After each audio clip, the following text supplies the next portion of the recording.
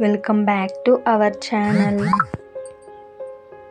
Today we have to learn have has negatives. నాకు ఇల్లు లేదు. I have no house or I have not a house or I don't have a house. నాకు guitar లేదు. I have not a guitar or I have no guitar or I don't have a guitar. నాకు మంచి బంధువులు లేరు.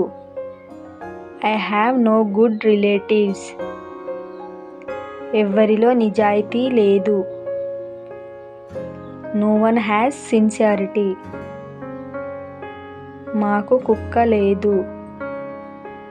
We have not a dog. వాళ్ళకు ఏ సమస్యలు లేవు. They don't have any problems.